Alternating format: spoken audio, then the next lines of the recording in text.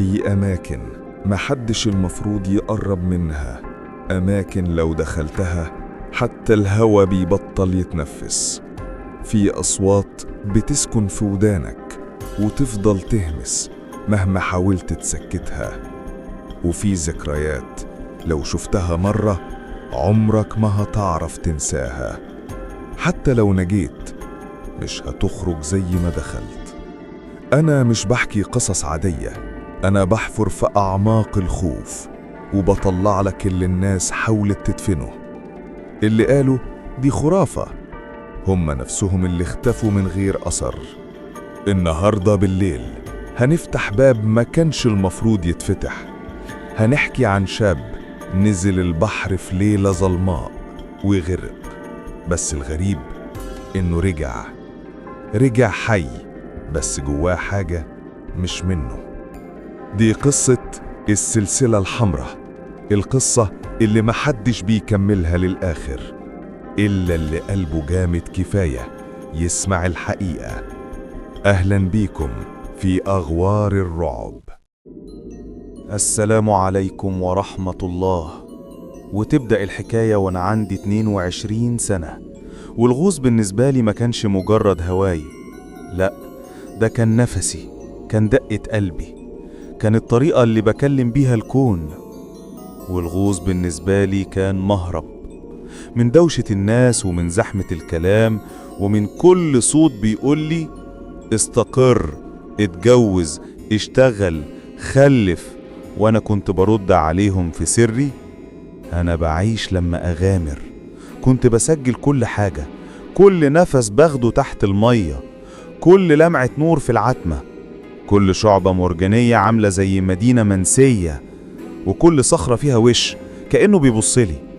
كنت أرفع الموبايل قبل ما انزل وأقول دايما اهو احنا بندخل المجهول، وأنشر اللحظة على السناب ومعاها الهاشتاج اللي كنت دايما أكتبه، حياة على الحافة. كنت حاسس إني بتحدى الدنيا. شايفيني؟ مصدقين إني بعيش فعلا؟ وكان دايما معايا ماجد، أخويا من أيام الإعدادي اللي عرفني قبل ما أعرف نفسي، وفيصل اللي انضم لينا في الثانوي وبقينا 3، كأننا اتخلقنا نكون فريق واحد. ما فرقناش زمان ولا مسافات ولا حتى الخطر. كنا نسافر سوا، نضحك، نغوص في بحر الليل، وننام تحت السما كأننا ولادها، حرين عايشين ومش خايفين من المجهول. وفي ليلة من الليالي دي واحنا قاعدين حوالين نار صغيرة على شط بعيد عن النور، بعيد عن الناس، السكون كان مالي المكان، والنجوم فوقنا كأنها بتسمعنا أو يمكن بتشهد علينا. كنا بنتكلم عن بكرة، عن الحب، عن الخسارة. كل واحد فينا كان شايل وجع صغير جواه وبيحاول يخبيه في الكلام. واحد قال أنا حبيتها بس سابتني، والتاني قال وهو بيبص في النار نفسي أستقر، أتجوز، أعيش في بيت بسيط. بصينا لبعض، كل واحد فينا بيحاول يخفف عن التاني. قلت وأنا ببتسم والله حاسس إني قاعد وسط ناس ناقصة حنان. ماجد بصلي وقال بابتسامة خفيفة طفشنا يا عم، إيه رأيكم نغير جو شوية، نروح نغوص بكرة؟ ضحكت وقلت له يا ماجد والله إنك بتفهمني قبل ما أتكلم، ده أنت عجب. وفيصل دخل في الكلام وهو بيهز راسه والله صح، بقالنا أكتر من أسبوعين ما غصناش ولا حتى نزلنا المية. قلت وأنا ببص للبحر البعيد خلاص بعد صلاة العصر بكرة ننزل كده نلحق النهار، والشط فاضي زي دايما، مش محتاج مواعيد ولا ناس. بس ما كناش نعرف إن المية اللي مستنيانا بكرة مش هتكون زي أي مرة. في اليوم اللي بعده لمينا كل العدة، شنط الغوص، الكاميرات وكل حاجة، وحطيناها في العربية ورجعنا البيت وكلنا حماس لبكرة. تاني يوم الصبح صحيت على دوشة وصداع والموبايل بيرن زي المجنون، وصوت أهلي بيخبطوا على الباب بغضب. قمت مفزوع، فتحت الباب، لقيت أمي واقفة عينيها مولعة غضب، وقالت لي وهي بتزعق: إيه النومة دي يا ابني؟ كم مرة أقولك ما تقفلش الباب وانت نايم؟ قلت وأنا بحاول أهديها: في إيه يا أمي؟ خير؟ قالت لي وهي بتتنفس بسرعة: خير إيه؟ كلابك واقفين تحت مستنينك نص ساعة وبيضربوا الجرس لحد ما خربوه. جريت على الحمام، اتوضيت بسرعة، صليت اللي فاتني، لبست هدومي وخدت شنطة الغوص ونزلت جري على تحت. أول ما ركبت شفت وشوشهم مكشرة، قلت أهون الموقف شوية: يا جماعة بالله عليكم، أنا راسي بتنفجر وأمي خلصت فيا محاضرة قبل ما انزل، فبلاش تكملوا عليا، خلونا نبدأ اليوم على خير.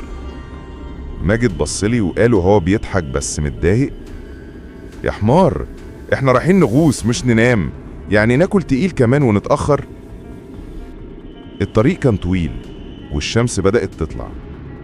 أنا فتحت الموبايل أهوي دماغي شوية، أطالع، أضحك، أتكلم معاهم، وبعدها بدأت أراجع معدات التصوير، الكاميرا، الإضاءة، كله تمام. وفجأة العربية وقفت. ماجد قال وهو بيبص في المراية: انطفت. بصيت له متضايق: ايه يا ابن الحلال، بتهزر؟ كم مرة اقولك شيك على البنزين قبل ما نتحرك؟ رد عليا بثقة: بص بنفسك، العداد مليان ولا شرطة نازلة. نزلنا سوا، فتحنا الكبوت واكتشفنا ان المشكلة في البطارية، وصوت الصمت نزل علينا فجأة. ومن اللحظة دي الرحلة اللي بدأت هزار وضحك اتحولت لحاجة ما كناش متخيلينها.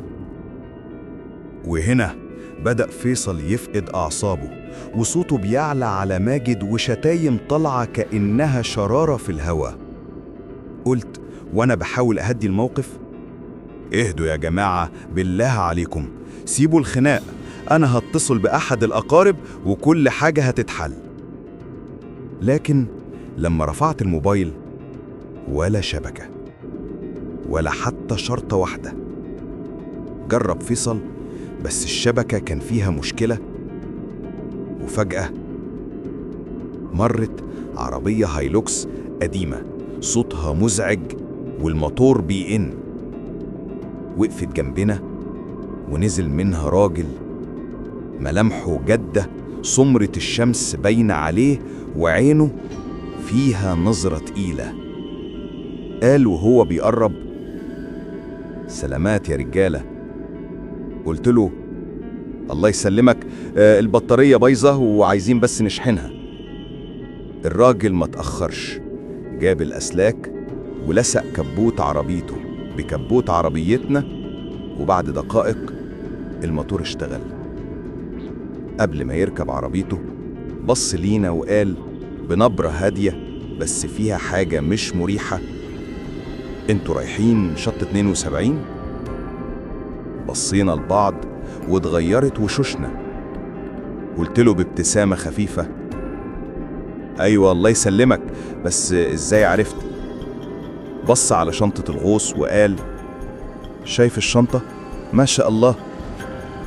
وقال بعد لحظة تردد: يا عباد الله، اسمعوا نصيحتي، المكان ده مش صالح ولا آمن.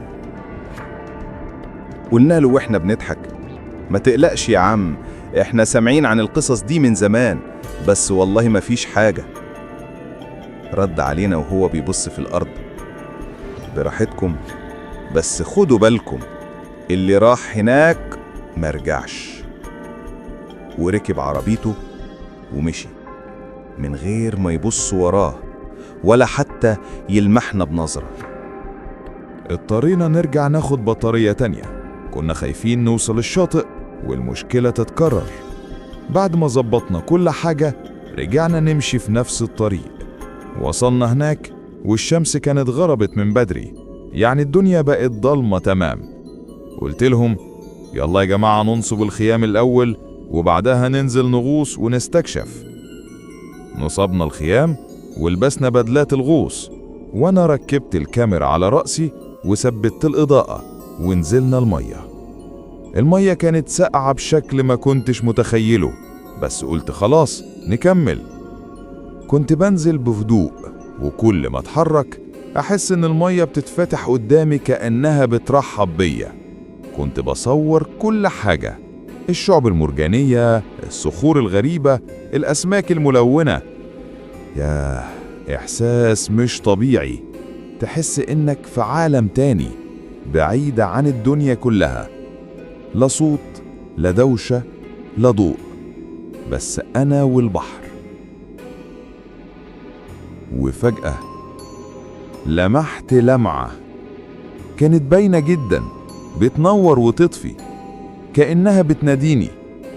قلت في نفسي أكيد معدن ولا حاجة، وبدأت أغوص ناحيتها بالراحة، عيني مش سايباها لحظة. بس فجأة اختفت. وقفت مكاني وبصيت حواليا يمين وشمال،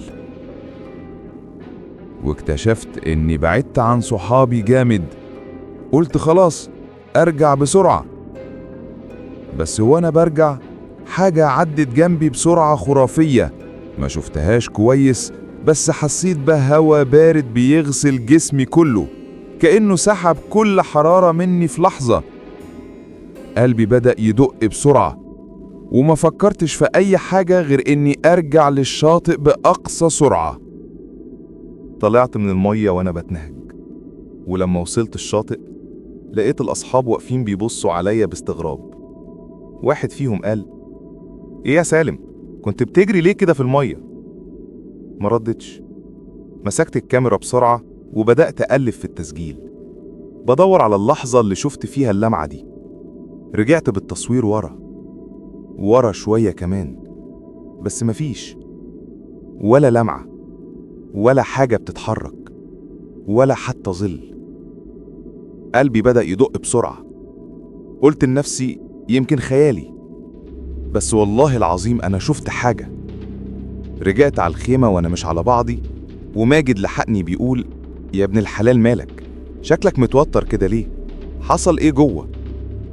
قلت له وأنا بحاول أبان طبيعي: ولا حاجة، كملوا انتوا الجدول، أنا بس محتاج أرتاح شوية. ما كنتش عايز أضيع فرحتهم ولا أبان إني متوهم. قلت خلاص يا سالم، انسى اللي حصل، انزل معاهم، اضحك وخلي اليوم يعدي.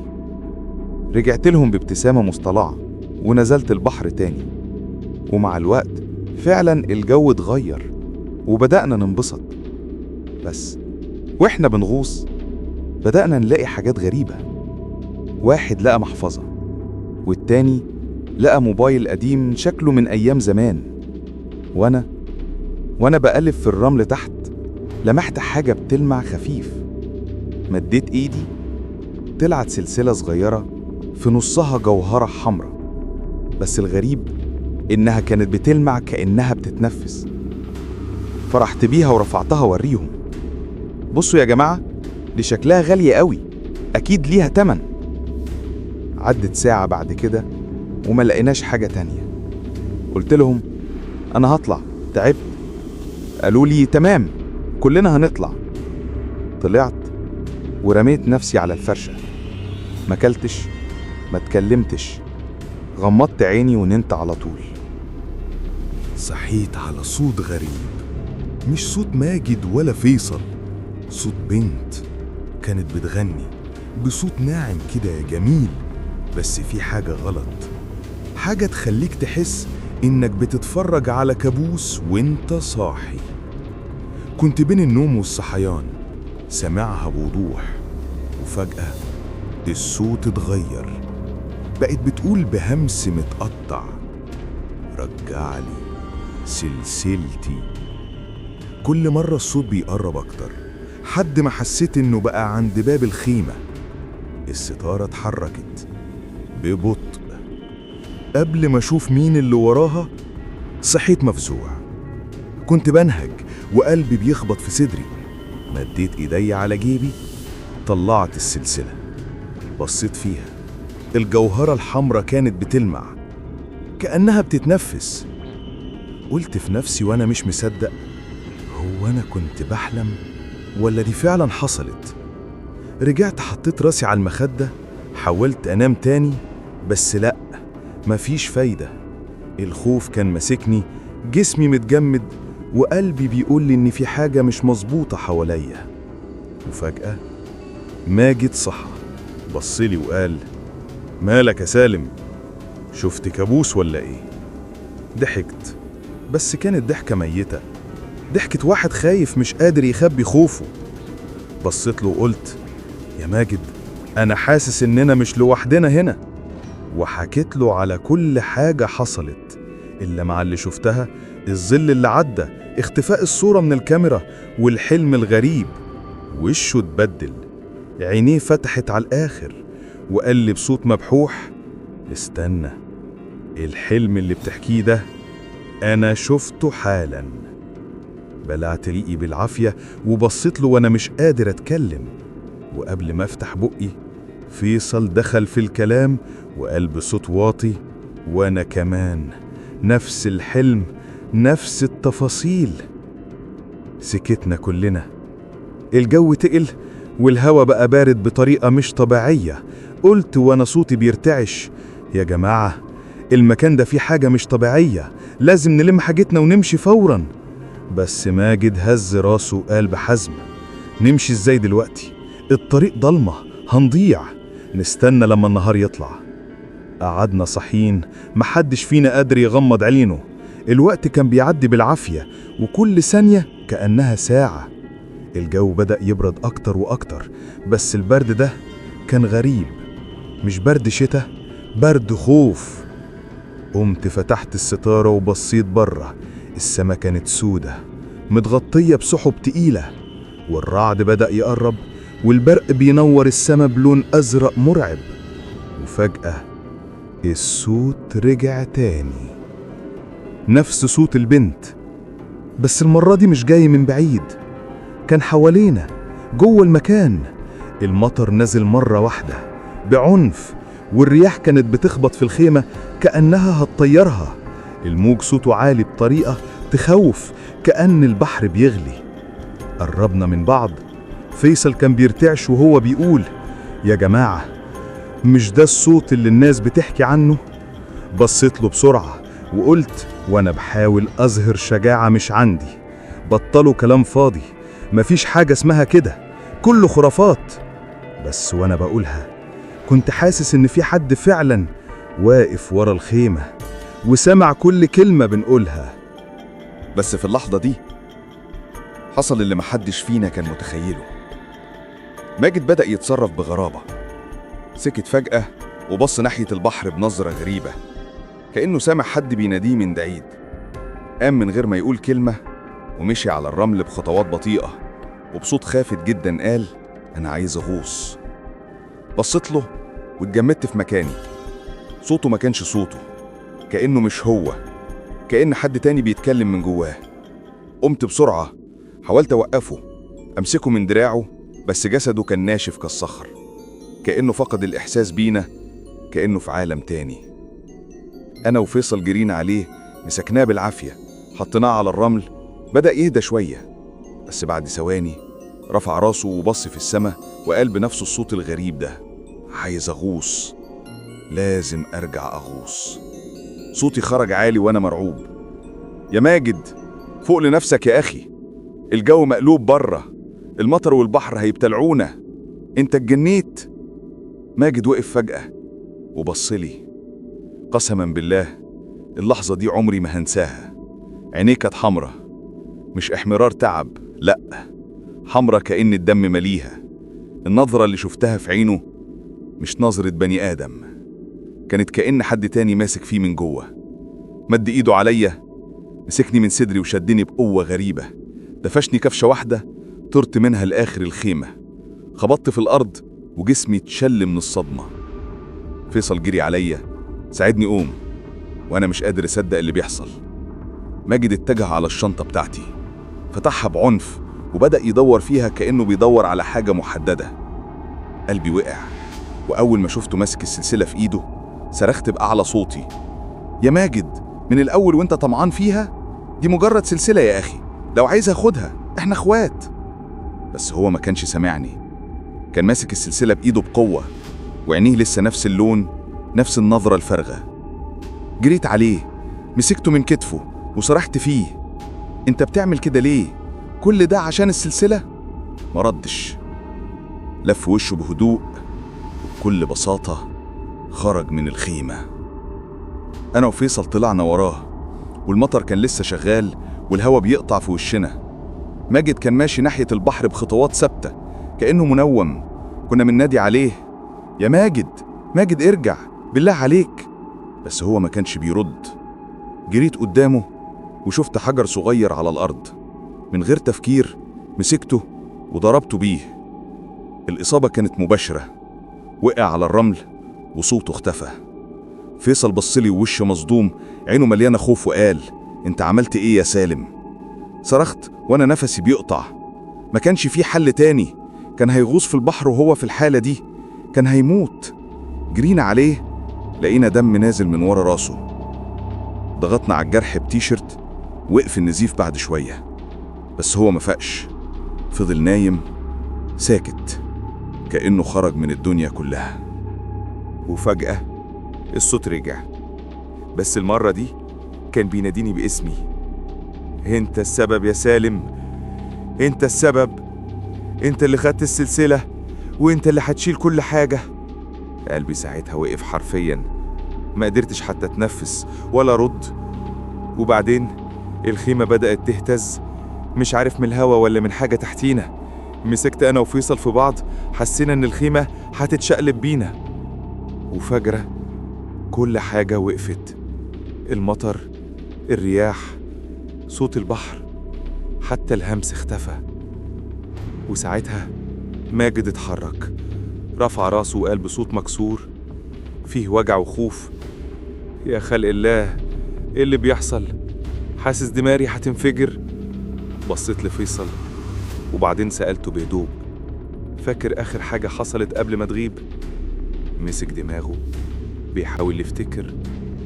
كنا قاعدين والمطر بدأ وكان فيه هوا جامد، وبعدها لا مش فاكر. استنينا عليه شوية لما هدي، وبدأت أحكي له اللي حصل بالتدريج عشان ما يتصدمش.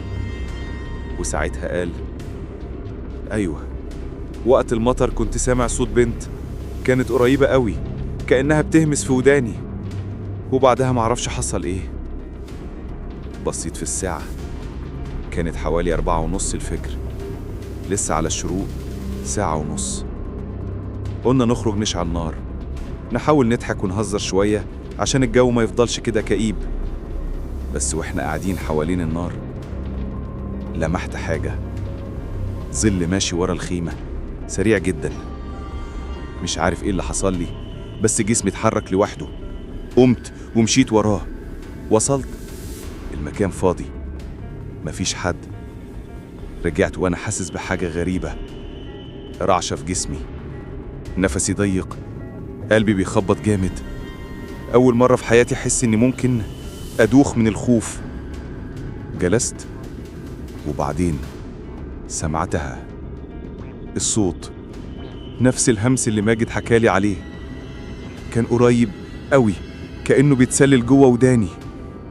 قمت وأنا مش حاسس برجلي، بدأت اتبع الصوت، خرجت من الخيمة. كل خطوة كنت باخدها الدنيا كانت بتعتم أكتر، رأيي بيغيم، نفسي بيقل، والضباب بيغطي كل حاجة. النار اختفت، البحر اختفى، حتى الخيمة نفسها اختفت. ما بقاش في أي حاجة حواليا غير السواد. فتحت عينيا، لقيت كل حاجة حواليا بيضة، حيطان، سقف، ملاية، حتى النور كان عامل ضوء غريب، برد قالص وريحة مطهرات وصوت أجهزة بتشتغل حواليا. بدأت أربط الأحداث، أنا في مستشفى. بصيت على يميني، لقيت أمي واقفة، عينيها حمرة من البكا، بتحاول تبتسم وهي بتقول بصوت بيترعش: الحمد لله قمت يا سالم، اللهم لك الحمد. كنت تايه، مش فاهم حاجة، مش قادر أتكلم حتى. بعد ثوان دخل الدكتور، شد أمي على جنب وبدأ يكلمها بهدوء. ملامح وشها اتغيرت، كأنها سمعت حاجة وجعتها، لكنها رجعت لي وحاولت تبين إنها عادية، بس كنت حاسس. سألتها وأنا صوتي متقطع: فيصل وماجد فين؟ قالت بسرعة: جايين حالا يا حبيبي، استنى شوية. وبعد كام دقيقة دخلوا، وشوشهم غريبة، ابتسامة باهتة وصدمة باينة في عينيهم. حاولت أقوم، مسكوني ومنعوني، حضنوني من غير ما يتكلموا. ولما خرجت أمي بصت لهم وقلت لهم: قولولي بقى إيه اللي حصل؟ بصلي ماجد وقال بهدوء: قبل 3 شهور. اتصدمت. 3 شهور؟ بتقول إيه؟ كمل ماجد كلامه بصوت منخفض: انت كنت بتسمع صوت بنت، خرجت تدور عليها وبعد كده اختفيت. محدش عارف ايه اللي حصل بالظبط.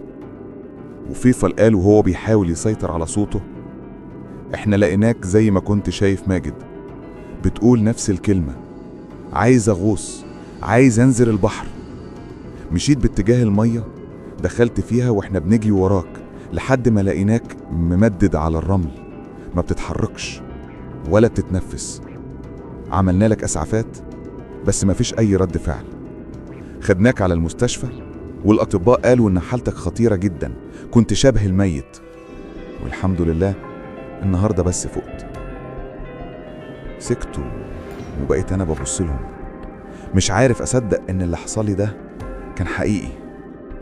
3 شهور وانا بين الحياة والموت. بس جوايا سؤال واحد: لو كل ده خلص خلاص، ليه أنا لسه بسمع الهمس ده؟ بكيت بحرقة وأنا بشكر ربنا أني لسه عايش. قعدت في المستشفى 3 أيام، وبعدها حاولت أقوم من السرير بس رجلي ما كانتش شايلاني. الشهور اللي بعدها قضيتها على كرسي متحرك، ولما خرجت لقيت الدنيا كلها اتغيرت. الأهل نقلوا البيت جديد، المكان اللي كنت بحبه زمان بقى بالنسبة لي كابوس. بطلت الغطس، بطلت أروح البحر، حتى كلمة شاطئ بقت ترعب لي. أنا النهاردة ما بمشيش كويس، بس بحمد ربنا إني عايش. وعشان كده خدوا كلامي كويس.